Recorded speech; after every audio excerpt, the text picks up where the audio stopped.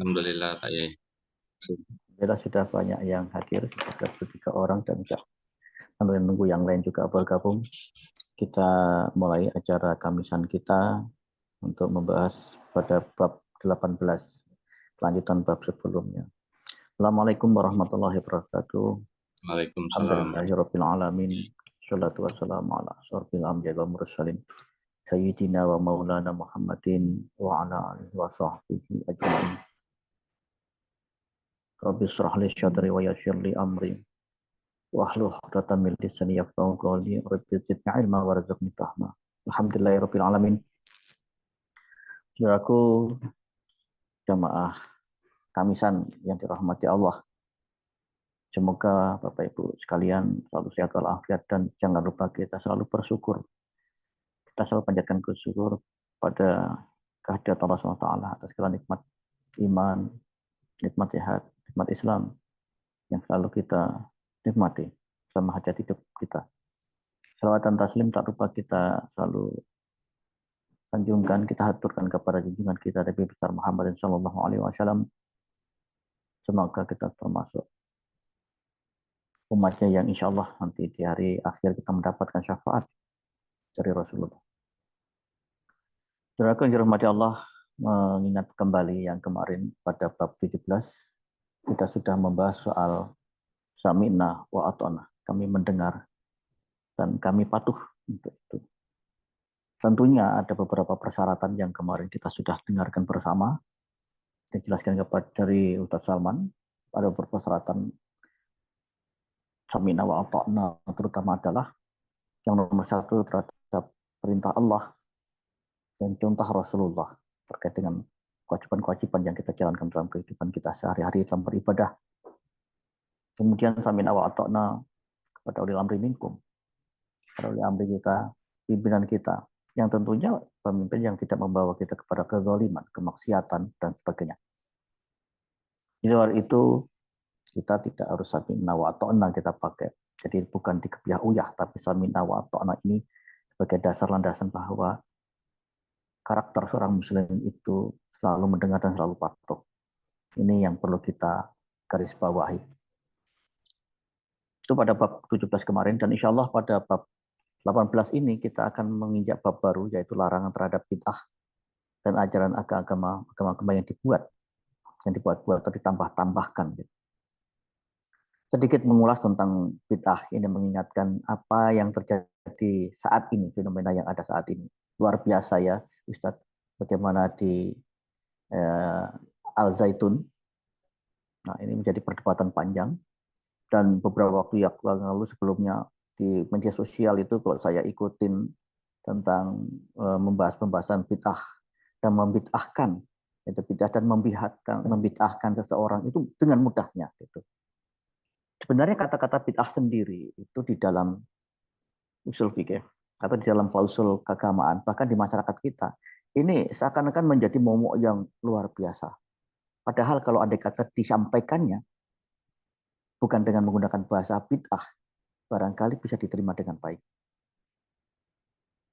Makanya kalau kita disebut, namanya banyak orang disebut ahlul bid'ah, ahlul bid'ah, ahlul bid'ah, seakan-akan merendahkan orang yang dikatakan itu. Tapi memang juga kadang-kadang bisa menciptakan kondisi seperti menciptakan fobia terhadap dai-dai yang menyampaikan bid'ah. Padahal yang disampaikan juga benar. Seperti itu. Nah, ini harus hati-hati. Karena memang bagaimanapun ada strategi bagi menyadarkan masyarakat itu menyampaikan yang sebenarnya. Ada memang dalam praktek-praktek agamaan di dalam masyarakat itu dicampuri dulu. Kalau kita di masyarakat Jawa itu masih dikaburkan dengan budaya-budaya Jawa, budaya Mojopahit, kerajaan yang dulu. Dan itu ditambah-tambahkan karena sebetulnya waktu dulu itu pendekatannya menggunakan pendekatan budaya, dan sampai saat ini masih ada beberapa yang masih terbawa. Tapi alhamdulillah sudah semakin berkurang. Seperti itu. Nah, ini butuh waktu. Tidak langsung dikatakan ahlul bid'ah, tidak demikian. Karena memang sebenarnya disampaikan itu adalah sesuatu yang betul-betul mendasar, tapi bagaimana cara menyampaikan dulu itu menggunakan bahasa-bahasa pendekatan budaya gitu. Nah, sekarang ini sedikit bid'ah, akhirnya banyak orang yang membentuk ada kelompok yang membentuk anti bid'ah, Ada kelompok itu sudah muncul, Bapak Ibu sekalian. Oleh karena itu sebenarnya bahasa yang arif dan bijak itu bisa jadi bukan, janganlah pakai kata bid'ah kalau memang itu tidak ada tuntunannya. Sampaikan aja bahwa apa yang kita lakukan, atau apa yang Anda lakukan, apa yang mereka lakukan, itu tidak ada dalam tuntunannya. Ayo kita cari tuntunannya kayak apa. Seperti itu. Karena memang bid'ah apalagi dolalah, dan itu kita tahu konsekuensinya bid'ah dolalah itu. Dan akhirnya perdebatan akan panjang. Karena bagaimanapun eh, argumentasi kalau di level kita itu juga kadang-kadang kita juga ditampuri dengan nafsu, memperjelas bahwa apa pendapat saya itu harus menang. Ini persoalan bid'ah memang akan panjang, dan mudah-mudahan nanti di dalam bahasan bab 18 ini mempercerahkan kita tentang bid'ah dan larangan-larangan menambahkan untuk beribadah. Saya kira itu Ustadz pembukaan pengantar saya. Semoga kita menyikapi kehidupan kita sehari-hari yang kita juga tahu di Indramayu itu begitu ributnya, begitu luar biasa, bahkan sampai menjadi masalah nasional, dan ini menjadi contoh kita bersama. Kita harus bisa menegakkan kalau memang itu tidak sesuai dengan tuntunan, ya harusnya memang tidak kita ikuti. Demikian Ustadz untuk masalah bab ini di bab 18, kami mohon penjelasan Ustadz berdasarkan kitab Riyadhus Shalihin. Kami persilakan Ustadz. Terima kasih Pak Yai. Bismillahirrahmanirrahim. Assalamualaikum warahmatullahi wabarakatuh. Alhamdulillah, alhamdulillahil wahidil qahhar, al-azizil ghaffar, mukawwiril laili 'alan nahar, tadhkiratan liulil qulubi wal absar, wa tabsiratan lidawil albabi wal i'tibar. Alladhi ayqadha min khalqihi man istafahu fazahadahum fi hadhihi ad-dar وشغلهم بمراقبته وإدامة الأفكار وملازمة الاتعاظ والادكار ووفقهم للدؤوب في طاعته والتأهب لدار القرار والحذر مما يسخطه ويوجب دار البوار والمحافظة على ذلك مع تغاير الأحوال والأطوار. أحمده أبلغ حمد وأزكاه وأشمله وأنماه، وأشهد أن لا إله إلا الله البر الكريم الرؤوف الرحيم، وأشهد أن سيدنا محمدا عبده ورسوله وحبيبه وخليله الهادي إلى صراط مستقيم والداعي إلى دين قويم، صلوات الله وسلامه عليه وعلى سائر النبيين وآل كل وسائر الصالحين.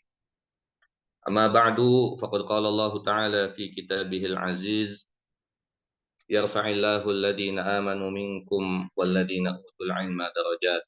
وقال النبي صلى الله عليه وسلم: ومن سلك طريقا يلتمس فيه علما سهل الله له به طريقا إلى الجنة. صدق الله العظيم وصدق رسوله النبي الحبيب الكريم ونحن على ذلك من الشاهدين. رب اشرح لي صدري ويسر لي أمري واحلل عقدة من لساني يفقه قولي. سبحانك لا علم لنا إلا ما علمتنا إنك أنت العليم الحكيم ولا حول ولا قوة إلا بالله العلي العظيم. Ma'asyiral muslimin wal muslimat, sahabat sehat, peserta kajian Islam intensif Kementerian Kesehatan Republik Indonesia yang dimuliakan Allah Subhanahu wa taala. Alhamdulillah wa syukurillah, dengan izin Allah kita kembali bertemu bertatap muka dalam webinar kajian tentang kitab Riyadhus Shalihin. Alhamdulillah pada hari ini kita memasuki bab baru, yaitu bab ke-18 tentang larangan terhadap bid'ah dan ajaran agama yang dibuat-buat. Setelah pada pertemuan yang lalu kita menyelesaikan bab ke-17 tentang ketaatan patuhan kita pada hukum-hukum Allah Subhanahu wa taala. Di dalam bab ke-18 ini Al-Imam An-Nawawi sebagai penulis menyebutkan ada sekitar 5 ayat dan 3 hadis. Mungkin dalam pertemuan kita bagi menjadi 2. Pertemuan hari ini insya Allah kita akan membahas 5 ayat dan pertemuan yang akan datang kita akan membahas 3 hadisnya. Kita mulai. Bismillahirrahmanirrahim. Qala al-Imam al-Muallif rahimahullahu taala wa adama an-naf'a bihi wa bi 'ulumihi fid dharain amin. Babun nahyi 'anil bid'ah wa muhdatsatil umur. Bab larangan terhadap bid'ah dan hal-hal baru dalam agama yang dibuat-buat. Qala Allah taala, Allah berfirman, "Famadza ba'dal haqqi illa ad-dhalal, fadzalikumullahu rabbukumul haqq, famadza ba'dal haqqi illa ad-dhalal, fa anna tusrafun." Maka zat yang demikian itulah Allah Tuhan kamu yang sebenarnya, maka tidak ada sesudah kebenaran itu melainkan kesesatan. Maka bagaimanakah kamu dipalingkan dari kebenaran? Surat Yunus ayat 32. Pada pembahasan yang disampaikan oleh Al-Imam An-Nawawi menitik beratkan tentang kebenaran dan kesesatan. Antara kebenaran dan kesesatan. Apa itu al-haq? Apa itu kebenaran? Apa itu ad-dhalal? Apa itu kesesatan? Kebenaran adalah apa-apa yang bersumber dari Al-Quran dan As-Sunnah. Kebalikannya kesesatan, apa-apa yang menyimpang dari Al-Quran dan As-Sunnah. Disebutkan famadza ba'dal haqqi illa ad-dhalal. Ya, kalau tidak sesuai dengan kebenaran, berarti itu adalah kesesatan. Berkaitan dengan tema kita tentang larangan untuk bid'ah, berarti kita perlu untuk memahami apa itu kebenaran. Tadi disampaikan bahwa yang namanya al-haq, kebenaran adalah yang bersumber dari Al-Quran dan As-Sunnah.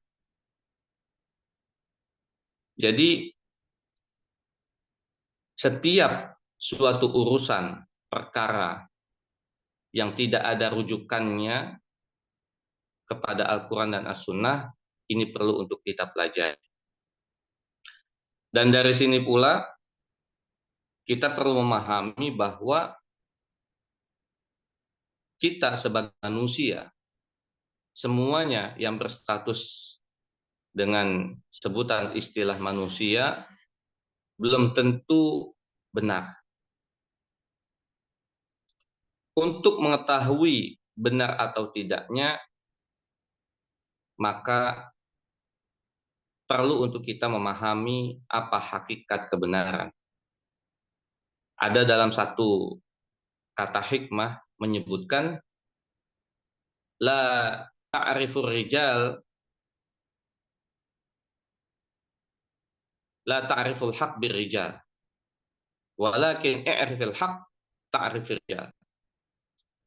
Kalian tidak bisa memahami kebenaran dengan melihat sosok orang. La ta'riful haq bir rijal. Kebenaran tidak bersandar pada seseorang. Walakin i'rifil haq ta'rif rijal.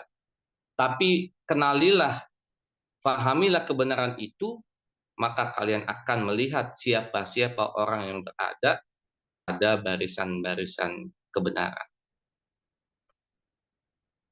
Kita tidak bisa menilai orang ini pasti benar. Tidak bisa menilai orang ini pasti salah. Setiap manusia pasti mempunyai kesalahan, kekhilafan. Makanya penentuan benar atau tidaknya tergantung dari kebenaran itu tersebut, dan kebenaran itu adalah yang bersumber dari Al-Quran dan As-Sunnah. Ketika itu bersumber dari baginda Rasulullah SAW, maka itulah kebenaran. Jadi disinilah letak kita perlu memahami hakikat kebenaran, yaitu setiap yang bersumber dari Al-Quran dan As-Sunnah, itulah kebenaran. Setiap yang menyimpang dari Al-Quran dan Sunnah, itulah yang disebut dengan kesesatan. Kita baca ayat yang kedua, surat Al-An'am ayat 38. Wa ma min dabbatin fil ard wala ta'iri yatiru bi janahihi illa umamun amsalukum ma farratna fil kitab min syai' summa ila rabbihim yuhsyarun. Dan tidaklah binatang-binatang yang ada di bumi dan burung-burung yang terbang dengan kedua sayapnya, melainkan umat juga seperti kalian. Tidaklah kami alpakan atau kami luputkan sesuatu pun dalam Alkitab, Al-Quran, kemudian kepada Tuhan mereka dikumpulkan. Sahabat sehat yang dimuliakan Allah Subhanahu wa Ta'ala, yang digarisbawahi sesuai dengan tema di sini adalah ma farratna fil kitabi min syai'.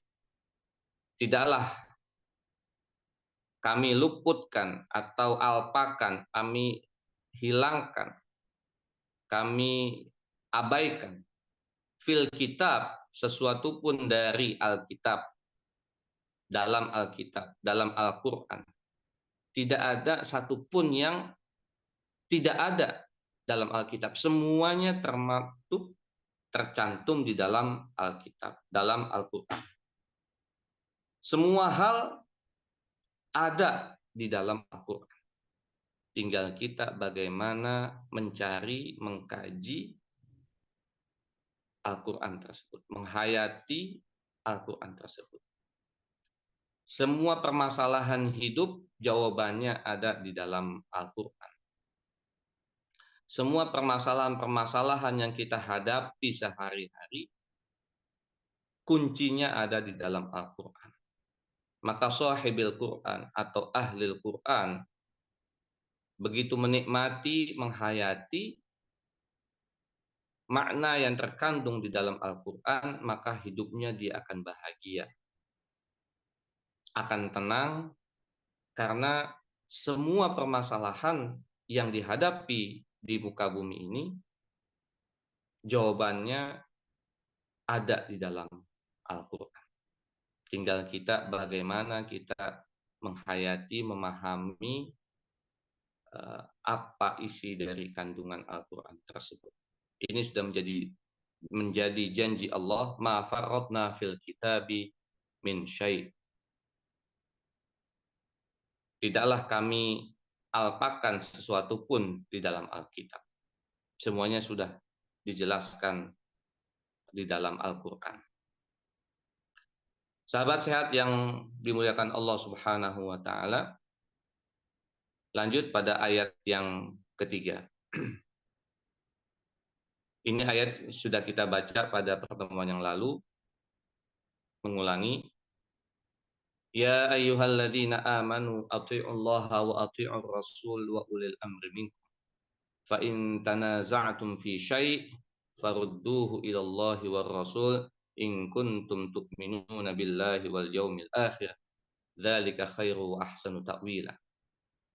Yang perlu digarisbawahi di sini adalah sesuai dengan tema, fa in tanaza'tum fi syai'in farudduhu ila Allahi war rasul. Jika kalian berselisih, berlainan pendapat tentang sesuatu, maka kembalikan perselisihan itu kepada Allah dan kepada Rasul-Nya. Kembalikan itu kepada Al-Quran dan kepada Sunnah. Menguatkan ayat yang sebelumnya, semuanya ada dalam Al-Quran. Ketika kita berselisih pendapat, berlainan pendapat, terjadi deadlock, terjadi buntu dalam musyawarah, dalam mengambil kesepakatan, maka jalan keluarnya yang diatur oleh Allah dan Rasul-Nya itu farudduhu ilallah, kembalikanlah kepada Allah, kembalikanlah kepada Al-Quran, minta petunjuk, minta bimbingan pada Allah. Ya Allah, berikanlah bimbingan, petunjuk atas permasalahan yang kami deadlock, yang kami tidak bisa mengambil keputusan bersama. minta petunjuk dari Allah. Ini adalah arahan, instruksi dari Allah Subhanahu wa taala, fa in tanaza'tum. Jika kalian berbeda pendapat, tidak sepakat tentang sesuatu masalah, farudduhu ilallahi war rasul. Kembalikan kepada Allah, kepada Al-Qur'an, minta pendapat Al-Qur'an. Minta pendapat ahlil Qur'an, sahibil Qur'an. Apa pendapatnya? Bagaimana pendapat Al-Qur'an tentang masalah ini? Ketika sudah disampaikan, maka itulah yang menjadi keputusan atau kebijakan bersama. Tentunya di sini ada kaitannya in kuntum tu'minuna billahi wal yaumil akhir. Jika kalian benar-benar beriman kepada Allah dan hari akhir. Makanya ketika kita berhakim menjadikan Allah dan Rasul-Nya sebagai pengambil kebijakan, pengambil keputusan, itu berlandaskan pada keimanan kita kepada Allah. Kalau imannya tipis, maka ketika diajak untuk kembali kepada Allah dan Rasul-Nya, orang itu tidak mau. Tapi ketika imannya tebal, ketika diajak untuk kembali kepada Allah, dia akan menyambut seruan tersebut. Sahabat sehat yang dimuliakan Allah Subhanahu wa taala, ini ayat yang ketiga dari 5 ayat yang akan kita kaji. Surat An-Nisa 59. Selanjutnya kita membahas tentang Al-An'am ayat 153. Allah Subhanahu wa taala berfirman, "Wa anna hadza shirati mustaqiman fattabi'uh wa la tattabi'us subula fatafarraqa bikum an sabilih. Dzalikum wasaqum bihi la'allakum tattaqun." Dan bahwa yang kami perintahkan ini adalah jalanku yang lurus, maka ikutilah dia. Dan janganlah kalian mengikuti jalan-jalan yang lain, karena jalan-jalan tersebut mencerai-beraikan kalian dari jalan Allah. Yang demikian itu diperintahkan Allah agar kalian bertakwa. Sahabat sehat yang dimuliakan Allah Subhanahu wa taala, kembali Allah menegaskan tentang sirat al-mustaqim, jalan yang lurus, yaitu dinul Islam, agama Islam. Wa anna hadza sirati mustaqima, dan bahwa yang Allah perintahkan ini adalah merupakan jalan yang lurus. Agama Islam merupakan agama yang lurus. Fattabi'uhu, maka itu ikutilah ajaran tersebut. Jangan melenceng, jangan mengikuti ajaran-ajaran yang lainnya, tapi ikutilah ajaran tersebut.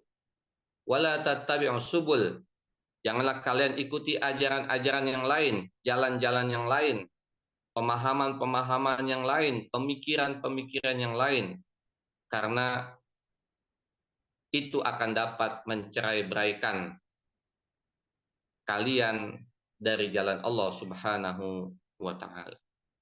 Fatafarraqa bikum an sabili. Ketika kita menjadikan Al-Qur'an sebagai pedoman hidup kita, kita jadikan baginda Rasulullah sallallahu alaihi wasallam sebagai suri tauladan kita, itu sudah sangat-sangat cukup. Jangan kita mengambil pedoman selain daripada Al-Qur'an. Jangan kita mengambil idola, teladan selain daripada baginda Rasulullah sallallahu alaihi wasallam. Karena itu akan mencerai-beraikan hati kita sehingga kita tidak mungkin tidak dapat bersatu. Dengan kita berpedoman pada Al-Qur'an, bersuri tauladan kepada baginda Rasul, itu dapat menyatukan hati-hati kita, menyatukan pendapat kita. Ketika terjadi perselisihan, dengan kembali kepada Allah dan Rasul, semuanya akan sepakat. Inilah ketika baginda Rasulullah Shallallahu Alaihi Wasallam dan para sahabatnya, mereka masih hidup. Ketika ada satu peristiwa, mereka kemudian langsung bertanya kepada baginda Nabi Muhammad Shallallahu Alaihi Wasallam. Ketika Rasulullah sudah memutuskan, mereka katakan sami'na wa ata'na, kami dengar dan kami taat. ketika pembagian ghanaim, harta rampasan, ketika Rasulullah menjelaskan, mereka semuanya patuh dan taat, dengar dan patuh atas apa yang dibagi oleh Rasulullah Shallallahu Alaihi Wasallam. Semuanya ridho, semuanya rela dengan keputusan baginda Rasulullah Shallallahu Alaihi Wasallam. Dzalikum wasaqum bihi. Inilah yang diperintahkan Allah, yang diwasiatkan Allah kepada kalian, la'allakum tattaqun, agar kalian semuanya bertakwa, takut pada Allah Subhanahu wa taala. Nah, ini untuk menegaskan kembali bahwa ajaran Islam adalah ajaran yang lurus. Maka ikutilah ajaran ini. Jangan mengikuti ajaran-ajaran yang lain, jalan-jalan yang lain yang akan mencerai-beraikan kita semuanya. Sahabat sehat yang dimuliakan Allah Subhanahu wa taala, satu ayat terakhir berada dalam surat Ali Imran ayat 31. Allah Subhanahu wa taala berfirman, "Qul in kuntum tuhibbunallaha fattabi'uni yuhibbukumullahu wa yaghfir lakum dzunubakum wallahu ghafurur rahim." Katakanlah, jika kalian benar-benar cinta pada Allah, fattabi'uni, ikutilah aku, yaitu Rasulullah sallallahu alaihi wasallam. Kalau kalian benar nyatakan berkuar-kuar cinta kepada Allah, maka jalannya yaitu dengan kita mengikuti baginda Rasulullah Muhammad sallallahu alaihi wasallam. Yuhibbukumullah, ini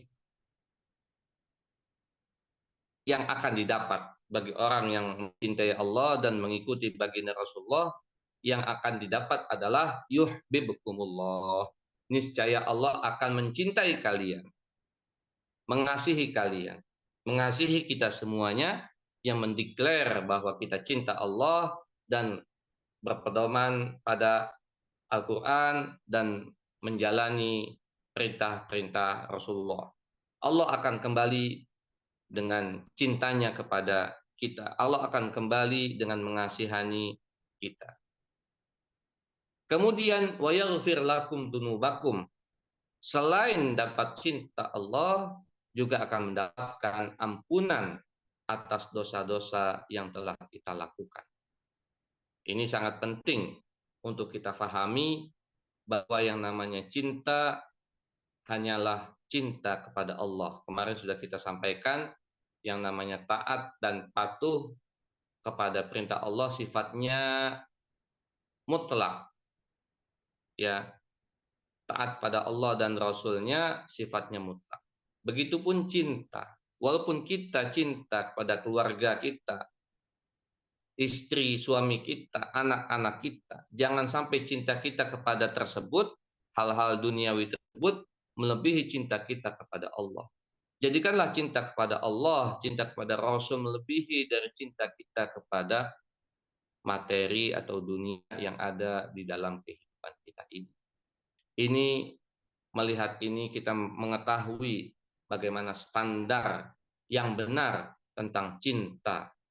Ketika kita cinta kepada Allah dengan sebenar-benarnya, maka kita akan mengikuti baginda Rasulullah Shallallahu Alaihi Wasallam, sunnah-sunnahnya.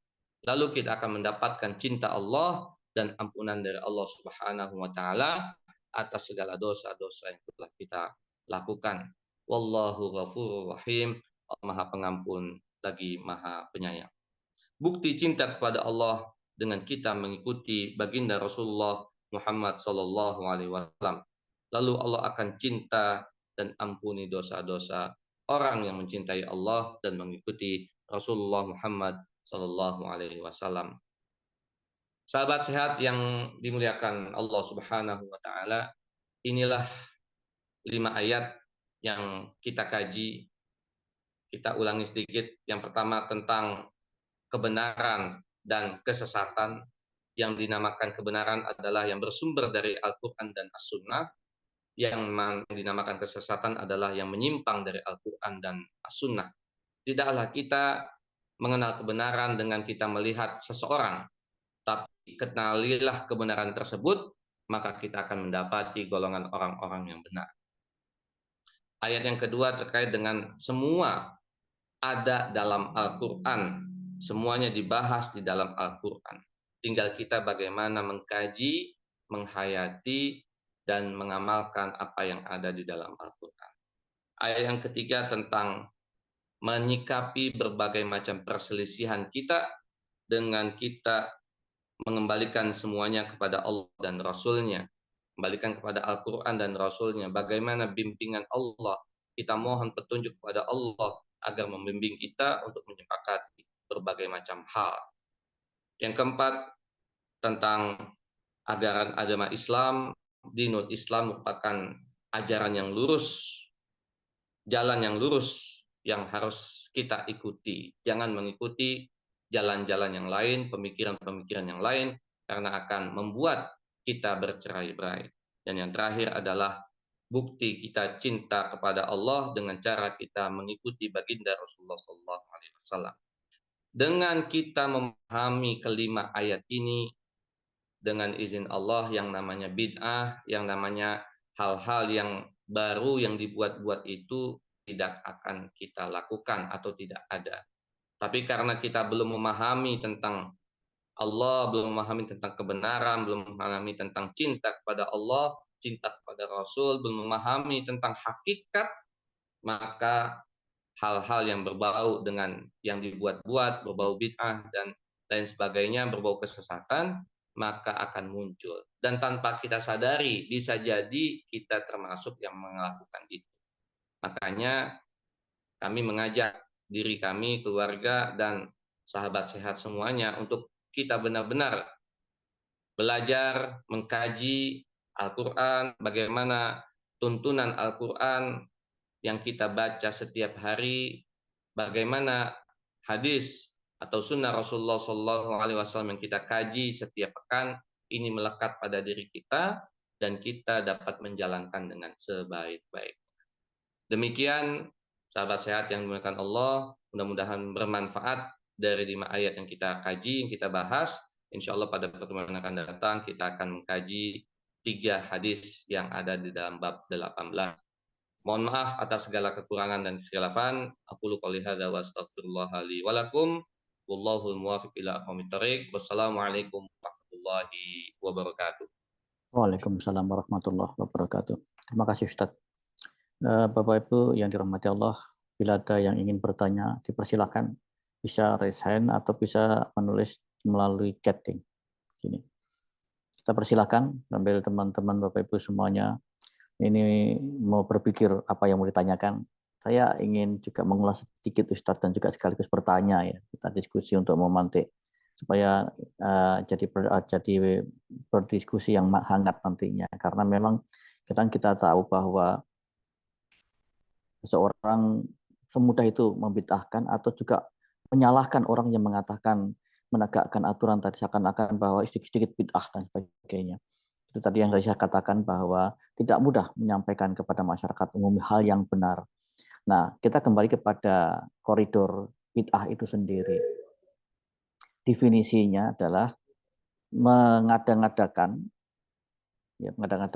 tuntunan yang tidak ada di dalam tuntunan, mengada-ngadakan ibadah, anggaplah gitu, dalam hal agama yang tidak ada dalam tuntunan. Dan banyak sekali dipraktekkan di dalam masyarakat kita, contohnya yang baru-baru yang banyak lah gitu. Assalamualaikum warahmatullahi wabarakatuh, apa tengok kanan tengok kiri dipermasalahkan panjang. Kemudian habis itu langsung pergi tanpa doa, itu jadi perdebatan panjang. Kemudian assalamualaikum apa sholat, kemudian langsung ada yang buka HP dan sebagainya. Nah itu ada jabat tangan dan sebagainya, itu juga jadi persoalan yang mendasar. Nah saya mendasarinya bahwa koridor yang dikatakan menambah itu adalah berkaitan dengan syariat. Berkaitan syariat. Nah, amalan yang memang bukan di luar syariat, artinya yang ketetapan yang hak ya. Ayo sholat 5 waktu. Dalam rukuknya umpamanya, dalam sholat subuh itu 2 rakaat, ada gerakan-gerakan lain di dalam sholat, itu udah pasti itu sudah menyalahi aturan. Seperti yang terjadi di Al Zaitun juga sopnya sudah dikatakan Rasul bahwa sopnya itu merapat tapi lebar-lebar, panjang-panjang, ada kursinya dan sebagainya. Nah itu menjadi ketetapan mutlak di sana gitu. Bukan suatu kedaruratan atau apa. Nah, hal-hal begitu kita kembalikan ke koridor ini, mohon penjelasan tentang koridor yang dikatakan bid'ah itu sebenarnya seperti apa? Apakah hanya pada konteks syariat saja, jadi ajaran agama saja, atau ibadah-ibadah di luar syariat? Sampai muncul bahwa wah ini kan bid'ah hasanah. Jadi perdebatan juga ya bid'ah hasanah. Karena memang betulnya tidak ada juga istilah bid'ah hasanah itu, yang jelas adalah kalau tidak sesuai dengan ketentuan Allah maka dia termasuk mengadakan atau menambah-nambah ibadah itu. Mohon penjelasan Ustaz.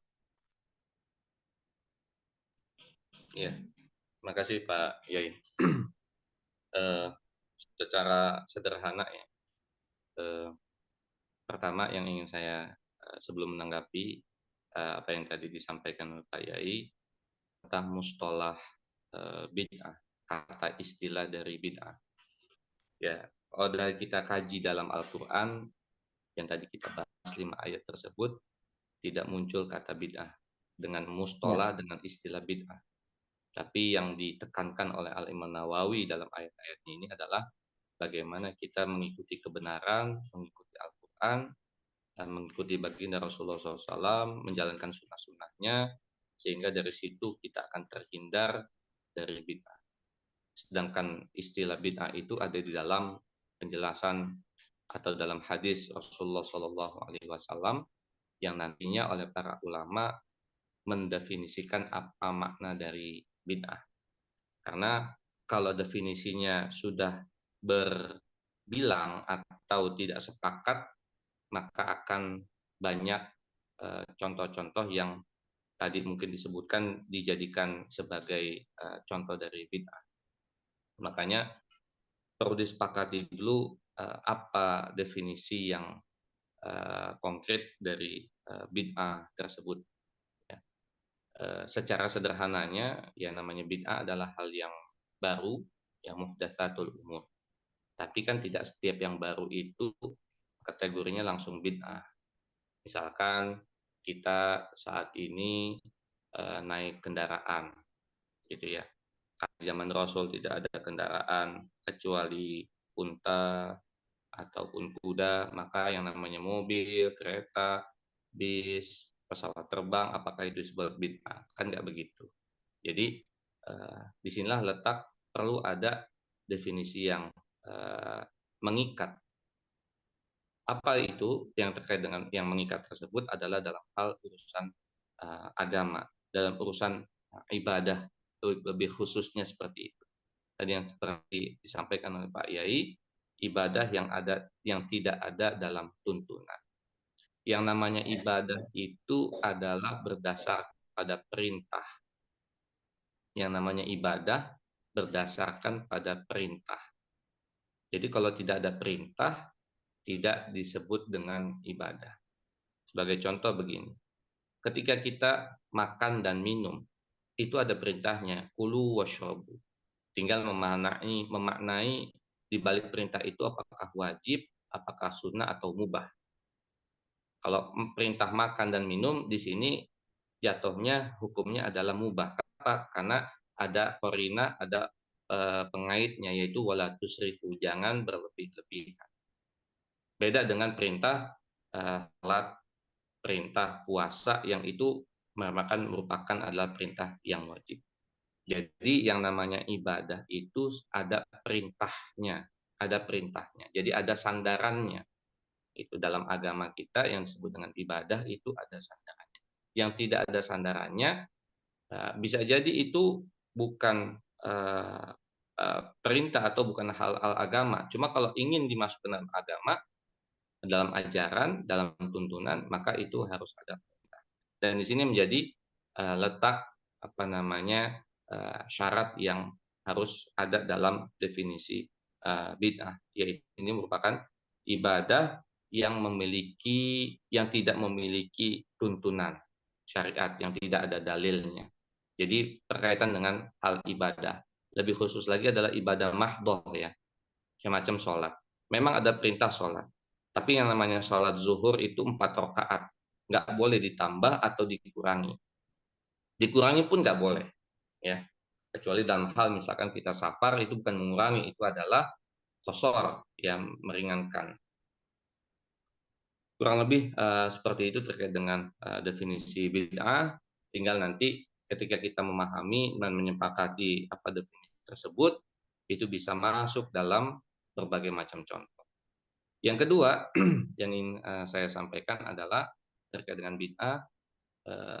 Kalau tadi disebutkan memang bid'ah ada yang bid'ah hasanah, ada bid'ah dolalah. Walaupun dalam hadis wa kullu bid'atin dolalah. Tapi dalam pemahaman para ulama, apa yang disebut dengan bid'ah hasanah itu semacam kayak macam sunnah. Sunnah yang kita pahami kan kalau sunnah itu yang namanya sunnah hasanah. Padahal ada sunnah sayyi'ah. Sunnah Ya. dalam artian makna secara bahasanya.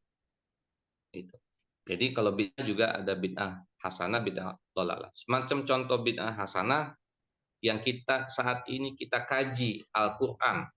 Al-Quran ini ketika diturunkan tidak dalam satu mushaf, satu Quran sekaligus. Tetapi setelah Rasulullah SAW wafat, diusulkan pada masa Abu Bakar untuk mengumpulkan di dalam satu mushaf, dan pada zaman Utsman jadikan satu mushaf saja untuk menyatukan kaum muslimin. Mushaf yang kita baca ini pada masa Rasulullah tidak ada. Ini di antara yang disebut dengan bid'ah hasanah. Begitupun sholat tarawih. Ya, ketika pada masa Rasulullah, sholat tarawih dilakukan hanya 3 hari saja. Hari pertama, kedua, ketiga. Selebihnya Rasulullah tarawihnya di rumah. Kita saat ini menjalankan ibadah tarawih di masjid-masjid banyak di berbagai tempat. Yang hanya pada masa Rasulullah hanya 3 hari saja. Tapi oleh Umar bin Khattab radhiyallahu anhu untuk menghidupkan malam-malam Ramadan, dihidupkan kembali sunnah tarawih sebagaimana pernah dilakukan oleh baginda Rasulullah pada malam pertama, kedua, dan ketiga di bulan suci Ramadan, sehingga kita sangat gencar saat ini dengan sholat tarawih di berbagai tempat. Ketika itu Umar bin Khattab mengatakan nikmal bid'atu hadhihi. Ya. Begitu nikmat bid'ah yang kita lakukan ini, bid'ah hasanah ini, karena memang ada sandarannya pada baginda Rasulullah SAW, cuma ketika itu tidak digencarkan pada masa Umar, dan kita saat ini terus menjalankannya sehingga kita dengan ibadah-ibadah Ramadan tidak bisa memaksimalkan. Wallahu alam bisawab, itu mungkin sudah komentar sedikit dari saya. Terima kasih. Baik, terima kasih Ustaz. Bapak-Bapak yang dirahmati Allah, ini ada pertanyaan dari Bu Rosa. Tadi sedikit meningkatkan ya Ustaz. Jadi terutama bid'ah yang dimaksudkan di sini adalah yang berkaitan dengan syariah, dengan ibadah kepada Allah.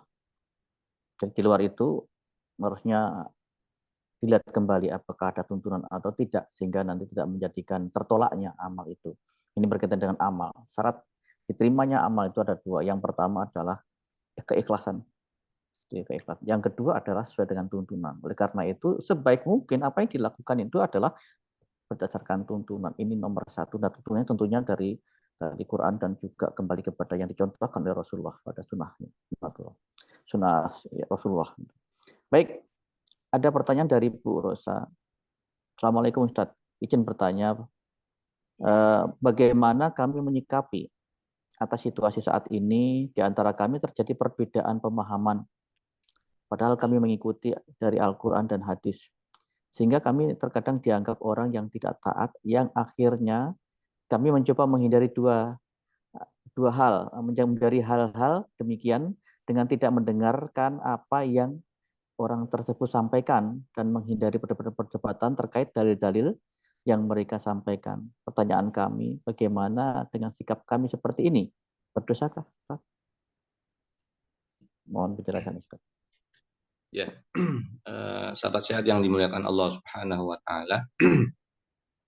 Dengan tadi kaidah dasarnya adalah kita bersumber kembali kepada Al-Qur'an dan As-Sunnah, tentunya ini menjadi landasan.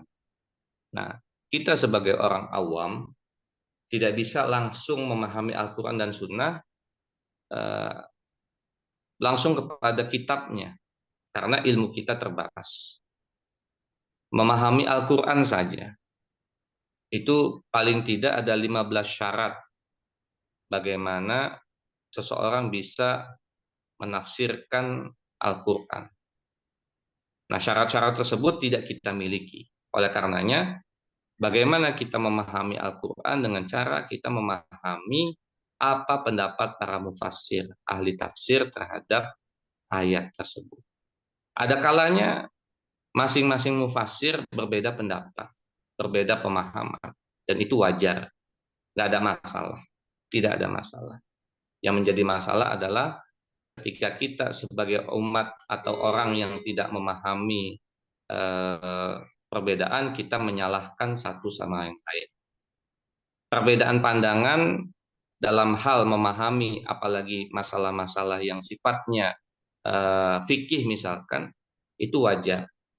Dalilnya satu, tapi pemahamannya berbeda, pemahamannya beda. Nah, itu nggak ada masalah, apalagi masalah fikih khususnya ya. Sebagai contoh, misalkan saya ingin mengambil contoh dalam permasalahan fikih yang sumbernya satu. Salah satu ayat tentang bersuci adalah tentang wudhu. Ada di surat Al-Ma'idah ayat 6. Di situ disebutkan tentang mengusap kepala. Mengusap kepala. Ayatnya satu, mengusap kepala. Ya, bunyi ayatnya wamsahu biru'usikum. Ya, mengusap kepala. Pemahaman mazahib pendapat ulama berbeda-beda. Mazhab Imam Syafi'i maksudnya mengusap kepala adalah sebagian dari kepala. Sebagian dari kepala. Mazhab Imam Malik atau yang lainnya memahami seluruh kepala. Jadi kepalanya dibasuh. Kalau Imam Syafi'i cukup sebagian saja. Rambut bagian dari kepala. Bagian rambut udah mewakili. Nggak ada masalah, jangan diributkan harus semua kepala atau sebagian saja yang paling benar. Enggak.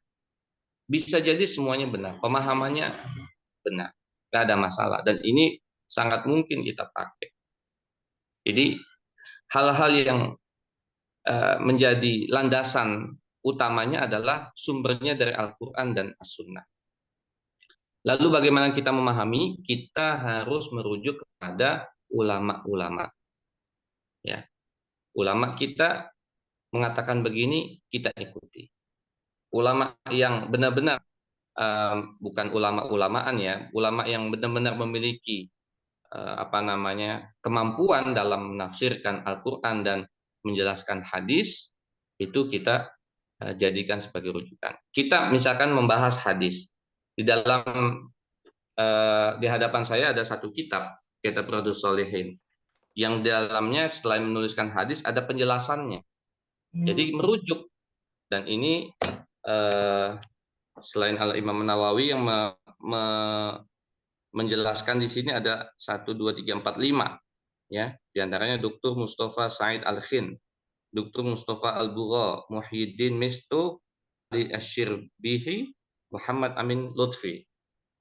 Tidak sembarangan menjelaskan, tapi ada rujukannya dari para ulama. Jadi ketika kita sudah mengikuti pendapat salah satu ulama, itu sudah selesai, nggak ada masalah. Orang lain juga mengikuti ulama yang lain, tidak ada masalah. Yang menjadi masalah adalah ketika saling menyalahkan antara satu sama lain dan menganggap pendapatnya yang paling benar. Nah, itu yang menjadi masalah. Ini kenapa bisa timbul seperti itu? Karena tidak memahami dari hakikat kebenaran tadi. Ya, yang namanya kebenaran, yang penting bersumber dari Al-Quran dan Sunnah. Tetapi ketika memahami dari kebenaran tersebut, ya sesuai dengan kadar kemampuan keilmuan dari orang-orang tersebut. Wallahu a'lam bishawab. Terkait dengan bagaimana sikap kami ini, berdosakah? Tadi landasannya seperti itu. Apakah Ibu Rosa sesuai dengan apa yang saya sampaikan atau tidak? Wallahu a'lam, itu kembali kepada Ibu bertanya. Wallahu a'lam bishawab. Terima kasih Ustaz penjelasannya. Ya, intinya bila tidak sesuai dengan tuntunan Quran dan Sunnah Rasul, ya ibu boleh nggak mengikuti Bu.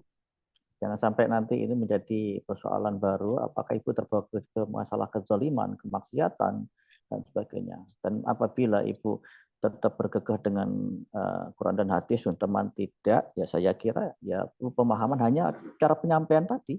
Saya kira orang-orang kalau dikatakan bahwa lu bid'ah lu, oh sudah pasti perang itu, sudah pasti perang. Kalau tapi ada enggak tuntunannya? Ayo kita lihat sama-sama. Yuk, cara menyampaikannya saya kira mungkin perlu diperbarui dengan lebih cool. Sehingga ayo kita bahas sama-sama. Ketika nanti kita tunjukkan bahwa oh tidak ada dalam tuntunan, kita harus kita nasihati. Sebaiknya yuk kita ikuti sesuai dengan tuntunan. Seperti katakan tadi soal wudhu.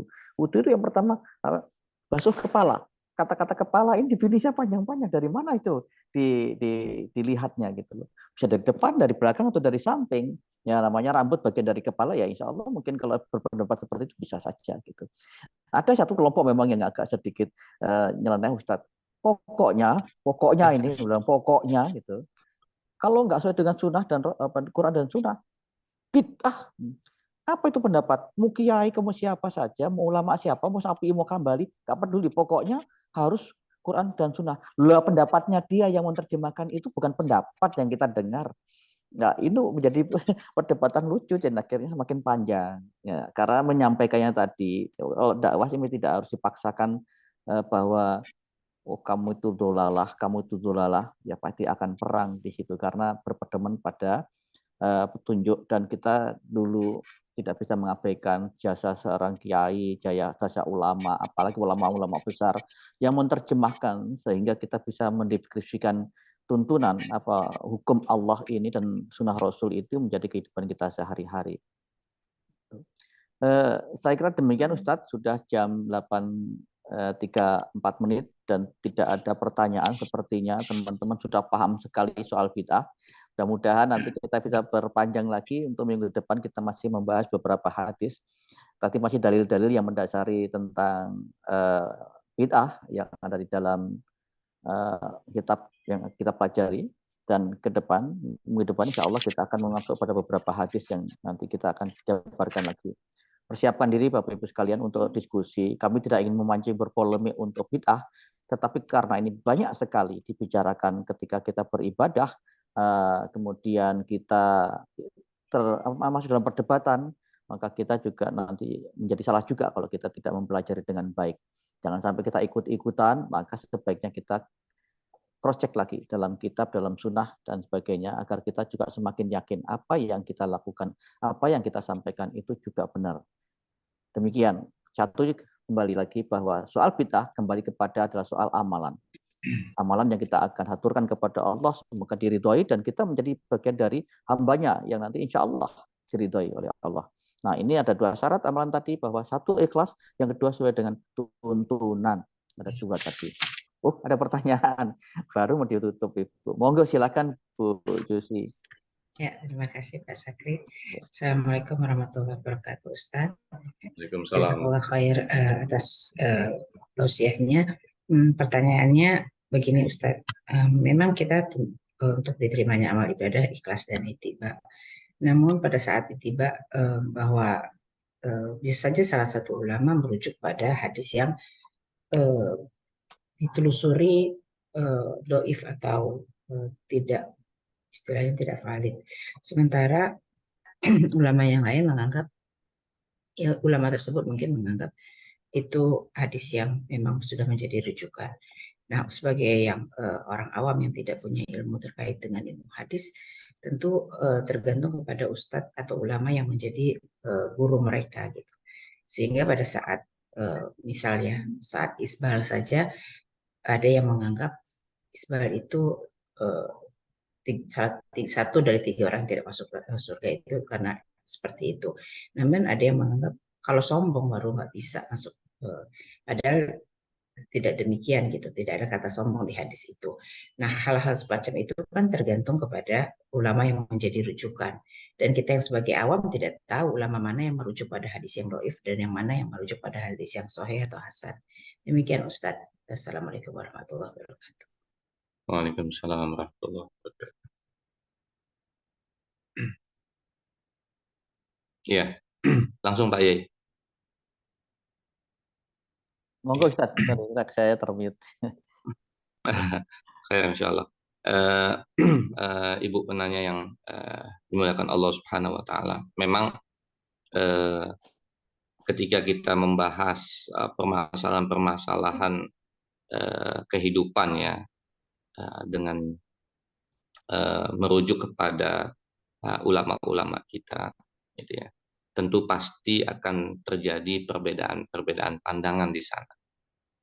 Itu pasti akan terjadi. Kenapa? Karena likulli shay'in ra'yun, setiap kepala punya pendapat.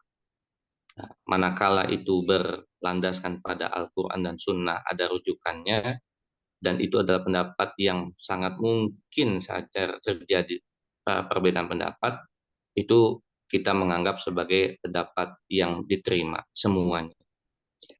Saya ingin memberikan contoh pendapat yang diterima keduanya oleh baginda Rasulullah SAW. Pendapat keduanya itu, nah ini Rasul masih hidup ya. Ketika itu Rasulullah bersabda, la tusalliyannal asra illa fi bani Quraisy. Salatlah kalian, janganlah kalian salat kecuali di Bani Quraisyah. Salah satu tempat yang akan dituju Bani Quraisyah itu perkampungan orang-orang Yahudi. Salatlah kalian asar di sana. Ada sahabat yang memahaminya secara letterlek, secara kata per kata. Jadi sholat asarnya di sana, walaupun nyampenya maghrib atau isya. Secara nas, secara tekstual, dipahaminya begitu. Tadi kan Ibu mencontohkan tentang isbal, ya, memanjangkan celana, itu secara tekstual. Nah, ada sahabat yang lain yang memahaminya bukan secara tekstual, tapi ada makna di balik itu. Apa maknanya? Rasulullah memerintahkan sholat asar di sana. Kita tahu waktu asar itu dari sekian sampai sekian. Berarti Rasul menyuruh kita segera cepat-cepat. Jangan sampai lewat dari batas sholat asar. Tetap kita sholatnya asar di sana, tapi pada waktu asar. Jadi kita bersegera. Gitu. Nah, di kalangan sahabat, di lapangan, ada yang sholat asarnya maghrib atau isya, padahal di sholat asar. Gitu. Kenapa? Karena memahami secara tekstual. Yang penting sholat asarnya di sana, mau waktu maghrib atau isya. Nah, kalangan sahabat yang lain memahaminya ada makna di balik itu, yaitu Rasul memerintahkan kita cepat-cepat. Keduanya dihadapkan kepada baginda Rasulullah. Rasul tersenyum, kedua-duanya tidak disalahkan. Ya, dua-duanya benar, nggak salah. Yang salah nanti adalah yang nggak sholat asar. Ya, nggak sholat asar. Bagi ibu-ibu nggak sholat asar ketika lagi datang bulan ya nggak apa-apa. Cuma yang nggak sholat asar yang salah. Gitu. Tapi mau sholat asarnya kapan, yang penting dia menjalankan sholat asar, tetap dia benar. Gitu. Jadi yang salah adalah yang tidak memahami konteks dalam hadis tersebut. Ini terkait dengan hadis sahih, hadis dhaif. Ini panjang lagi Bu terkait dengan hal tersebut. Kita sebagai orang awam ya mengikuti salah satu ulama kita itu sudah baik ya. Yang jangan sampai kita menyalahkan pendapat-pendapat yang lain, yang itu juga ada rujukannya kepada Al-Quran dan Sunnah. Yang namanya fikih itu adalah pemahaman. Pemahamannya beda, nggak ada masalah. Gitu. Yang penting rujukannya ada. Nanti terkait dengan bid'ah kita akan kaji, mudah-mudahan waktunya cukup pada pekan yang akan datang. Seperti apa sih bid'ah? Kayak macam masalah kunut, ada yang membid'ahkan gitu. Padahal Rasulullah SAW pernah kunut. Gitu. Berarti kan sudah ada landasan syariahnya, sudah ada landasan hukum. Tinggal bagaimana menempatkan itu dalam konteks amaliyahnya seperti apa. Wallahu a'lam bishawab. Terima kasih Ustaz. Demikian Bu Cuci ya. Jadi satu amalan, lalu hadis. Kadang-kadang seseorang itu mengambil sepotong. Tapi asbabun nuzulnya dari hadis itu seperti apa? Ini harusnya dibahas lebih tuntas sehingga tidak bisa dikatakan bahwa oh ini seperti ini gitu. Karena memang contohnya saya ingat doa kunut ya. Kunut itu ada beberapa orang yang tidak sependapat, tapi pada asbab nuzulnya bahwa ketika Rasulullah mengalami suatu serangan yang betul-betul kedukaan yang luar biasa karena 70 hafiznya dibunuh, padahal dia ditipu gitu beliau itu, sehingga mendoakan kepada Allah sesuatu yang jahat di saat doa kunut. Nah, ditegur oleh Allah bahwa jangan mendoakan yang jahat. Nah, itu kan doa kunut muncul sekali sunnah. Nah, sunnah itu bisa dilaksanakan terus, tapi ada yang berpendapat bahwa oh cuma sekali, yang berikutnya nggak boleh lagi. Kata-kata nggak boleh itu tidak ada. Nah, itu harus ada asbab nuzulnya. Termasuk hadis demikian juga ketika ada pembagian ghanimah ya Ustaz ya, ghanimah itu pada kaum apa Ustaz yang lupa saya, Badui di Quraisy, bahwa Badui Quraisy adalah kaum yang diistimewakan oleh Rasulullah yang ketika berjuang luar biasa, dan ketika pembagian ghanimah diberikan kepada orang-orang yang terpandang yang menurut Rasulullah harus kayak kasih gitu. Tapi setelah dipelajari asbabun nuzulnya, ternyata keistimewaan bukan hanya pada ghanimahnya saja, perhatian Rasulullah kepada pejuang-pejuang itu jauh lebih besar ternyata dibanding hanya sekedar pemberian ghanimah itu tadi. Itu kenapa Rasulullah membagikan ini, karena memang dia ingin juga melobi, mengadvokasi, ya nggak perlu coba bahasa modernnya.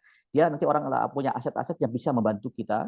Ketika kita rayu dengan ini, kita ajak, kita berikan sedekah, ini dianggapnya sebagai bagian dari koloni besar untuk perjuangan Rasulullah SAW. Nah, ini perlu dipahami secara luas, dan insya Allah mungkin kita akan kaji banyak ya untuk minggu depan, Bu Jusi dan Bapak Ibu sekalian yang dirahmati Allah. Mudah-mudahan kita bisa menyimaknya dan memandang dari berbagai sisi, tidak semudah itu membid'ahkan kepada orang lain. Yang jelas bahwa kita harus sesuai dengan tuntunan Allah dan Rasulnya. Dan juga kalau memang tidak diketemukan ada ijtima. Jadi pendapat para ulama itu bisa kita ikutin. Kita harus bersandar. Nah, tapi kalau sama sekali tidak ada, kemudian kita bikin asumsi sendiri, itu yang lebih salah kaprah lagi. Gitu. Ada pendapat sendiri maksudnya begitu.